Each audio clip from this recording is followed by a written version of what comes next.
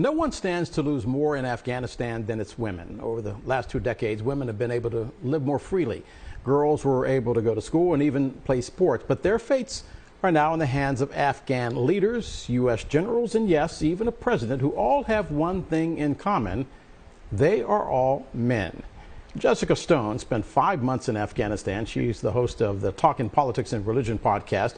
And Nayyera Haq is our chief foreign affairs correspondent here at BNC. And I want you to listen to what the former captain of Afghanistan's women's soccer team had to say. She says that she and her teammates are erasing all evidence that they ever played the game.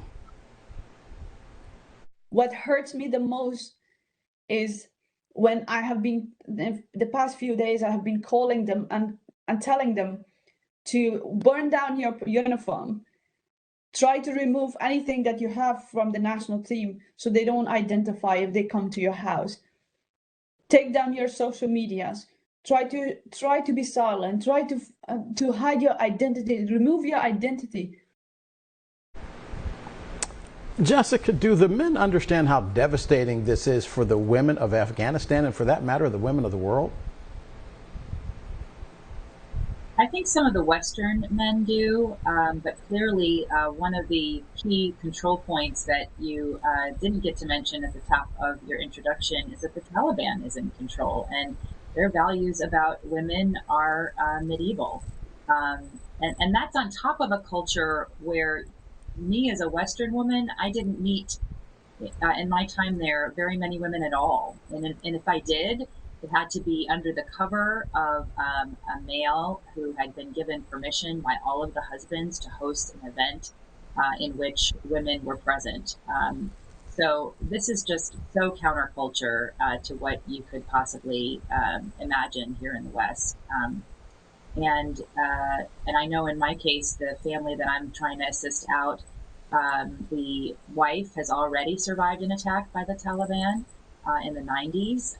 She's a persecuted minority, and she's already been looking for her old burqa from the Taliban days to make sure that she has what she needs to continue to hide herself as they expect. Nayyera, a lot of people were wondering why they saw so few women at the Kabul airport. And even today, now that we are into a weekend of these evacuations, we now know that most of the interpreters were men. So what should the Biden administration do to make sure they get both the men and the women and the children out of the country? Well, let's take a look at what interpreters do, what their job is, right? Their job is to work with diplomats and military leaders who travel all around the country into difficult, hard terrain and assist. And that has been culturally, even in the United States, right, a job that has largely been men assisting in that effort. So culturally in Afghanistan, the men also had to be breadwinners, and working alongside the U.S. was a good, stable income. So those are the people then, as the pipeline works up, those are the people who then qualify to get evacuated. So some of this is a broader pipeline issue. It's also not unimaginable in Afghanistan that in the last 20 years, the women and girls have been able to advance their status in society. There were women at the negotiating table with the United States representing Afghans. The Herat University was 60% female. A high school graduate from this year, a girl, has never known the Taliban. It's only been in the history book. So the progress is significant and real, but those women did not get to that next level, right? Again, it's a pipeline issue. So when the United States is now looking to evacuate people who qualify, the people who qualify were the ones who got into the pipeline 20 years ago. The United States spent time creating a new pipeline of empowerment, and that's the hope that has now been taken away from the women and girls of Afghanistan. Jessica, America has never gone to war over a burqa, should it? Is one question that I would ask.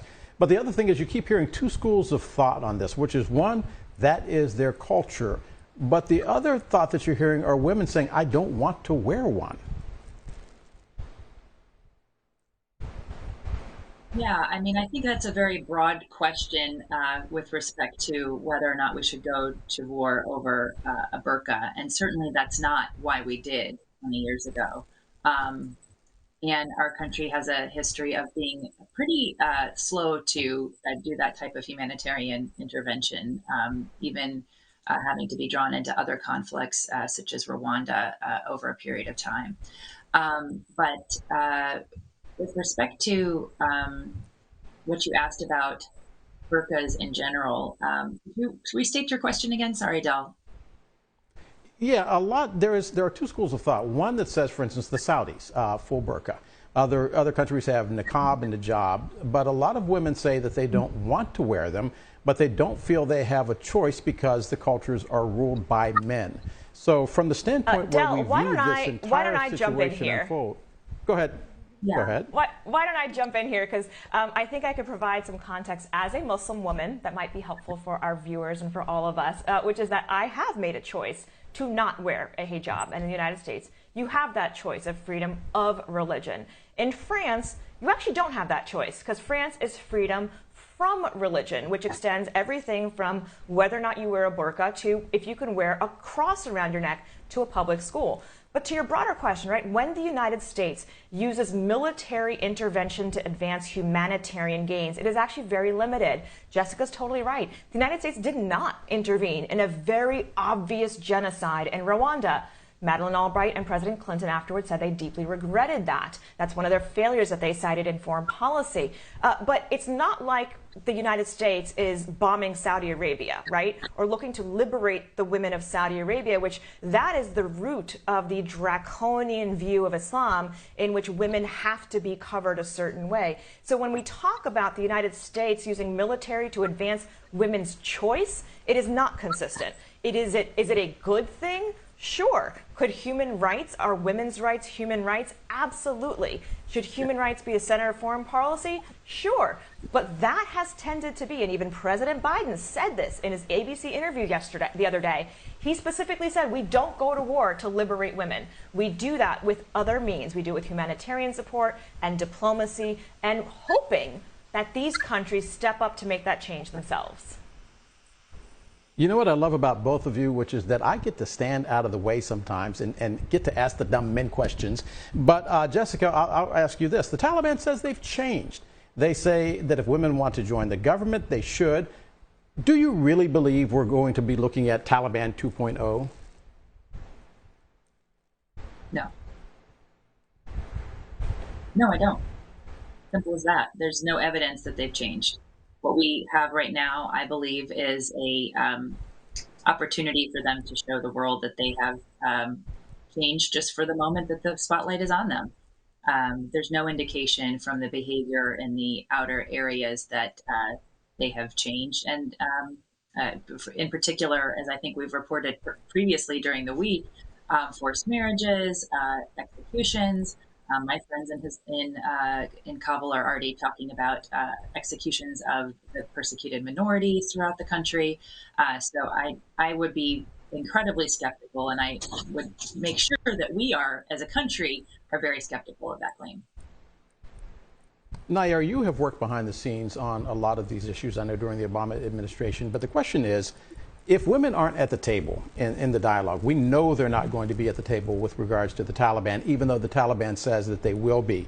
If women aren't going to be at the table, are women's issues going to wind up being left out and overlooked for yet another decade, another 2 decades? Absolutely.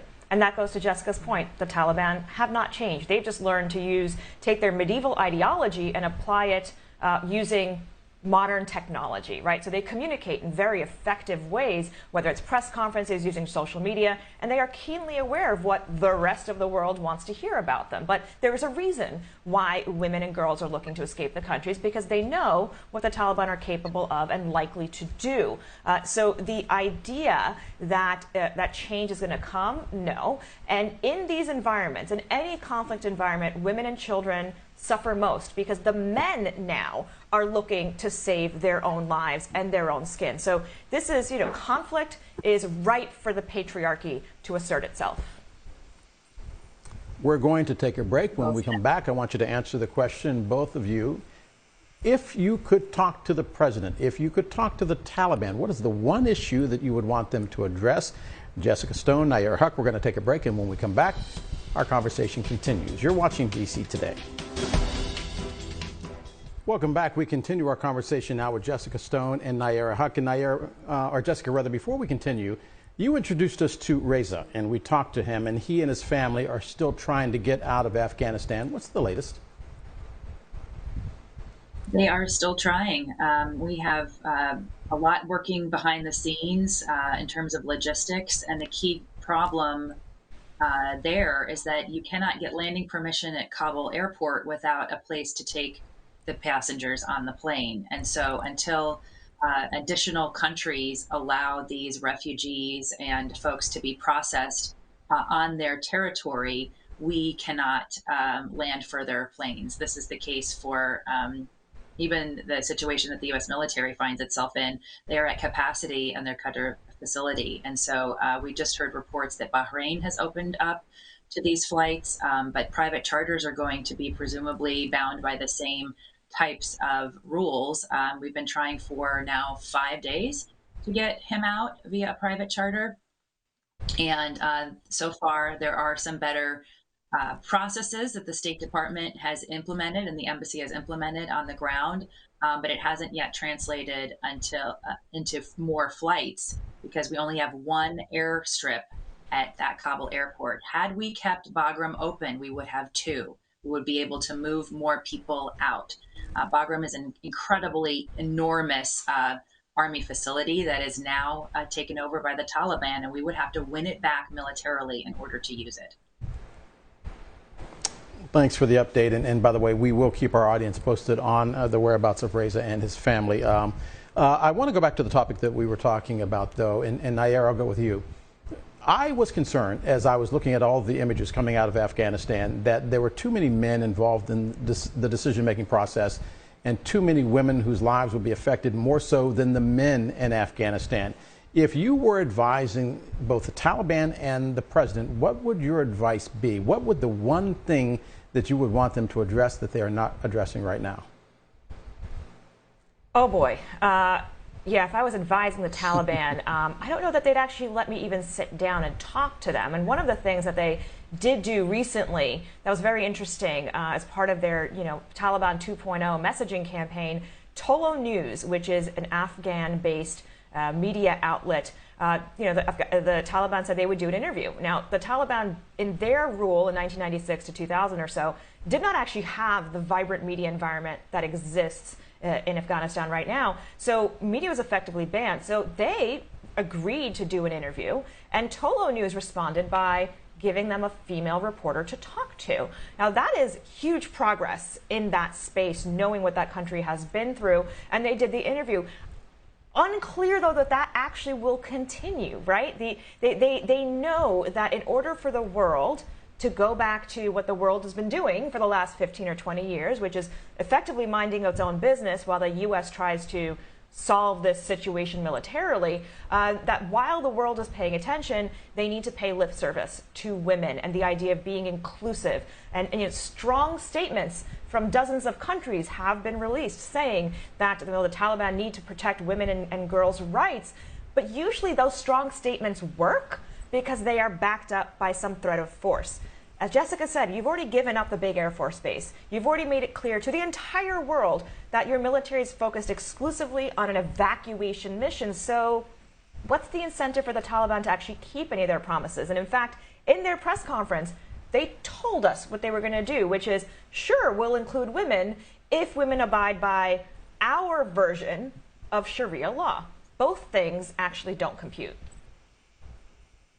Jessica, black women in the U.S. still make 63 cents on the dollar for every white American male. I remember Women's Lib when a liberated man said, guess what? You don't have to fix me dinner every day this week. We'll go out to dinner twice, and that'll take a little burden off of you. There were commercials and television shows on television that said the best way to keep your man happy is to make sure that when he gets home, he doesn't have to listen to all the complaining that women want to do. We are now talking about the Taliban and Afghanistan. What would you say to try and move this dialogue to get women there into the 21st century, let alone the 20th? Well, I don't believe they'll be able to move into the 21st century unless they're out of Afghanistan.